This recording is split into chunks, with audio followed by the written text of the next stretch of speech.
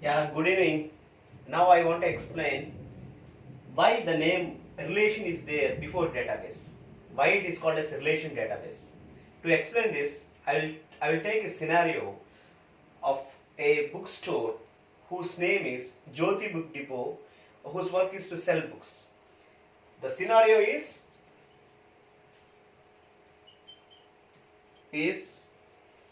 a bookstore by name Jyoti Book Depot.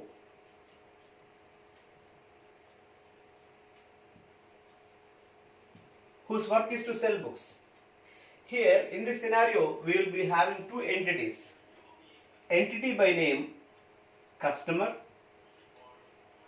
entity by name book. If you see, these two entities are very important in a bookstore. Without customer, books can't be sold. If there are no books, there is no use of customer coming to the bookstore. Now going further, we will identify the attributes of the customer and book. The attributes of customer are customer ID, customer name, customer address. Coming to book, the attributes of book are book ID, book name, book price,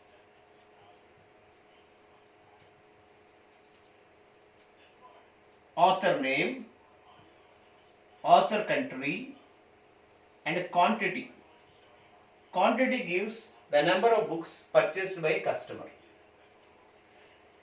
Going further, in relational database, the entities and the relationships are stored or represented in the form of tables.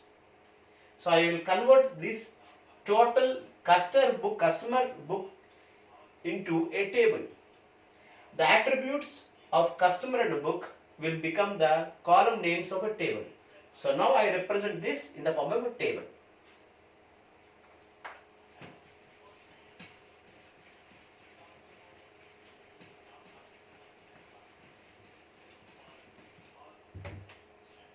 Representing customer and book entities in the form of tables. Table. Okay. Now let the table name be customer book. So what are the attributes we just identified? The attributes of customer are customer ID, customer name, customer address, and the attributes of book are book ID, book name, author name, author country, and quantity. Now I will draw the borders. As I said, the information about entities in the relational database are represented in the form of tables. And as I said, the attribute becomes column names. You can see customer ID, customer name, customer address are the column names.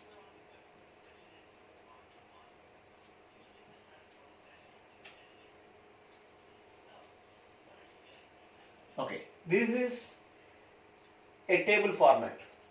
Now you can see there are no information so far entered because there is no transaction not yet be done. So now we enter only the information when only a transaction is completed. That means a customer should buy a book. Now let us imagine this is Monday.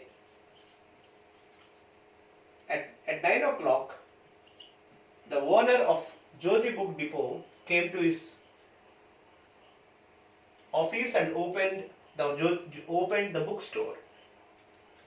At 9:15 a.m., a customer came for buying a book called Java. He came and he asked about Java. The owner said that the book is available. So he is doing a transaction. Let the owner enter the customer details.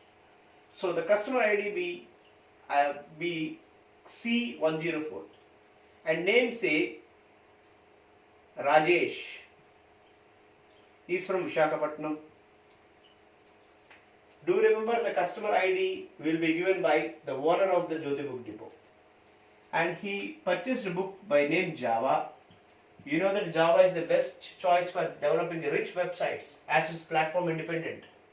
Book ID say 100, author name James Gosling, he is from US, the number of books he purchased is 70. So he's a very good customer, right? Okay, at 9:20 a.m. one more customer came. So now one more transaction, say C105, some Kumar, he is from Hyderabad, he wants C language, the book ID is 101 and the author name is Dennis Ritchie, he is again from US, the number of books he purchased is 50. At 9:25 a.m.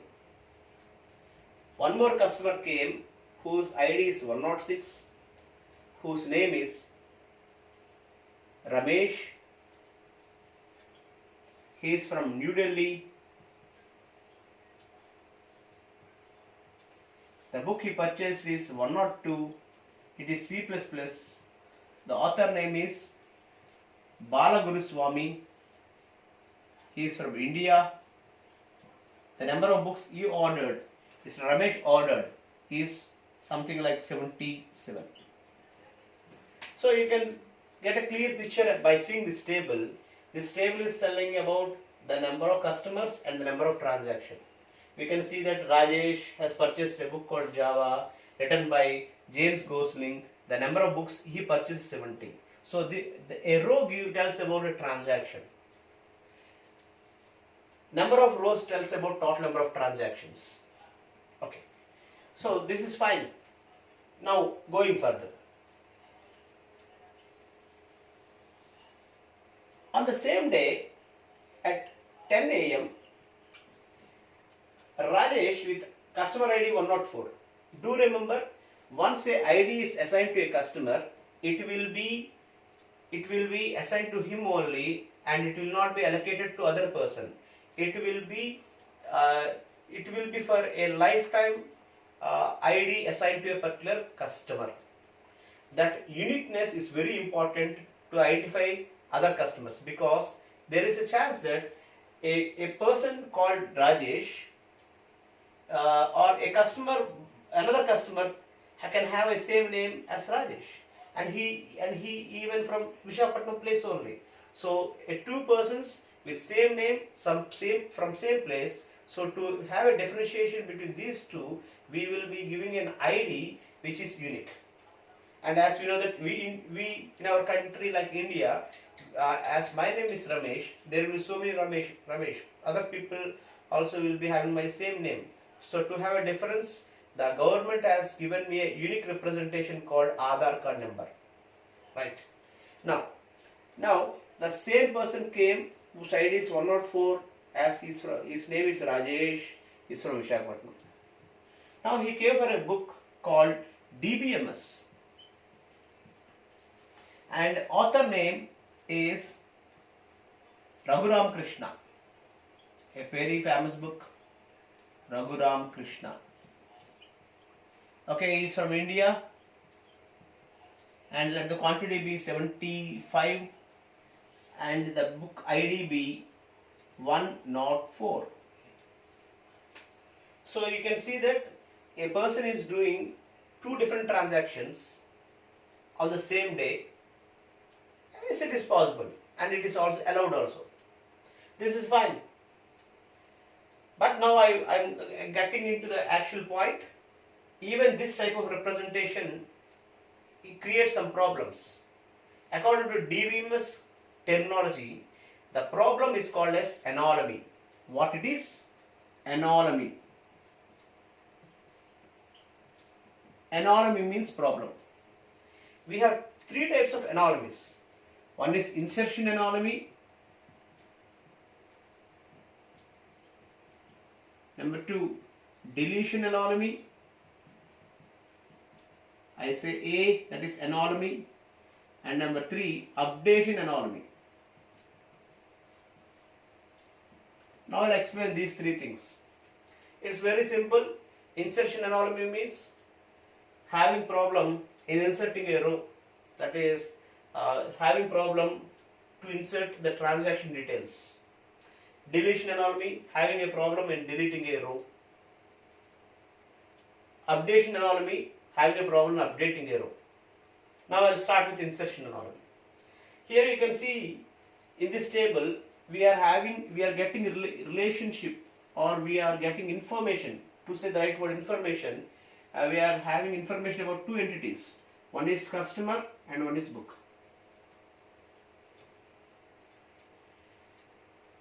To enter a customer details, like to assign a new ID and name and address of a customer, definitely has to do some transaction, definitely has to buy a book. Now, continuing on this, let us assume that in this example, treat myself as the proprietor of Jyoti Book Depot. A person came to me. He said that he is starting a new engineering college. He is new to Visakhapatnam. So, as new college, so many books are required. So he was in a search for a good bookstore, so that in prior he can order some books and he will have that books on time. As you know that in Visakhapatnam there are so many bookstores, so he is going to each bookstore. In that process he visited me. So definitely he is not depending on me. As a bookstore owner, I am depending on him, because my bread and butter is selling books.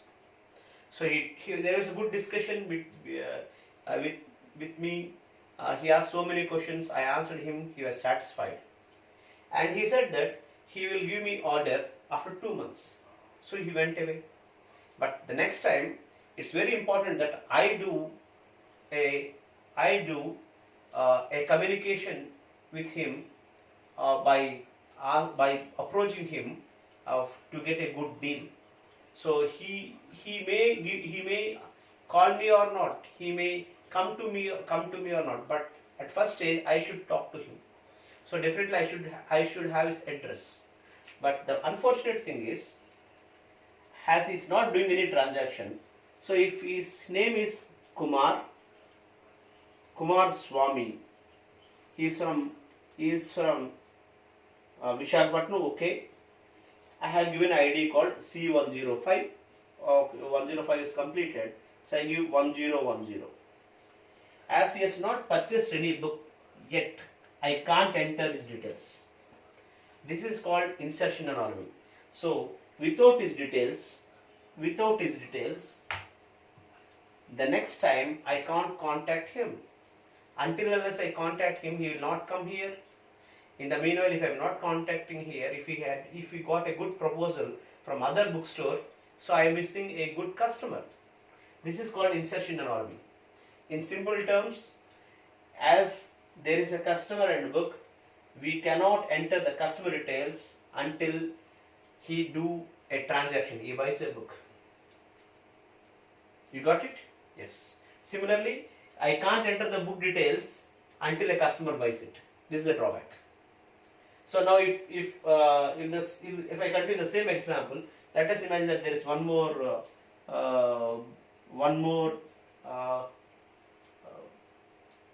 I am having a book by name Prosy.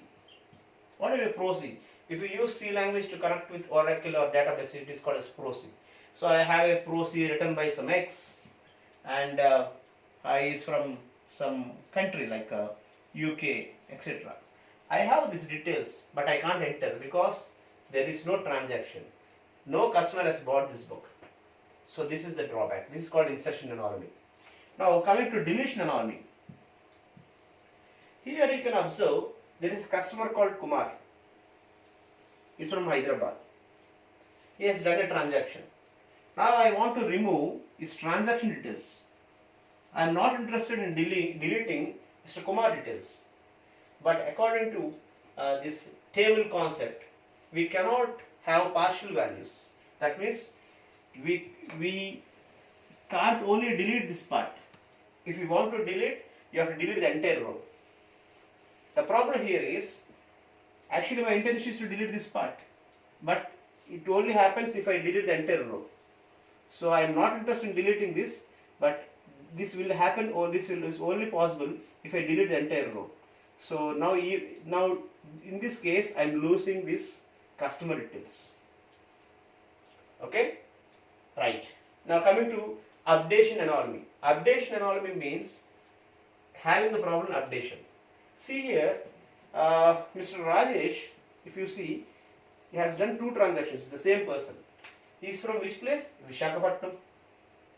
Imagine that the Visakhapatnam has changed to, its name is changed to Greater Visakhapatnam. Then definitely in this table, as VSKP is coming at 2 places, I have to replace this VSKP with Greater Visakhapatnam. This is fine. Imagine that Mr. 104 has done around 500 transactions from last month. So actually, don't confuse here. Here I have maintained time does not mean that this table only gives stores about a particular day. This table will hold information about from last 1 month, maybe last 1 year. If you got my point. Now as I said, what if Mr. C customer ID C104 has done 500 transactions? If there is 500 transactions, everywhere it will be in VSKP only, and I have to replace this VSKP with greater VSKP with greater VSKP 500 times. It is a great difficulty.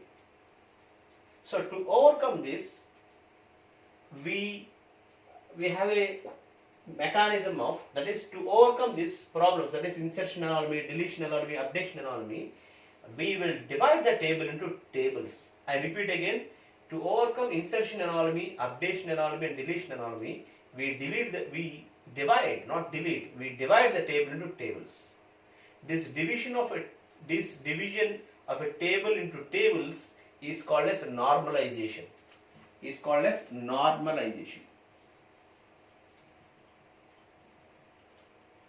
Now in the next coming video I will tell you how this normalization will help us in avoiding these anomalies. Thank you.